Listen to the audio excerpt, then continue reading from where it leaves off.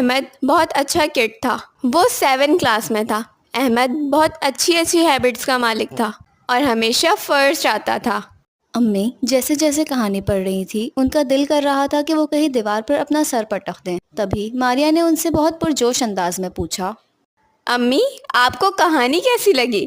جس پر امی نے اس سے کہا، اف ماریا بیٹا، حد ہے. اردو میں کہانیاں ایسے نہیں لگتے. جہاں تک ہو سکے اردو الفاظ استعمال کرنے چاہیے. تم نے تو اس میں زبردستی انگریزی گھسا دی ہے. ماریا نے جب یوں اپنی کہانی کا پوسٹ مارٹم ہوتے دیکھا تو جلدی سے اپنی وضاحت پیش کی. وہ امی، دراصل آج کل مجھے انگلش سیکھنے کا شوق ہو رہا ہے. اسی لیے میں انگلش کے الفاظ یوز کرتی ہوں تاکہ میری انگلش اچھی ہو جائے اور مجھے انگلش کے الفاظ بھی یاد ہو جائیں.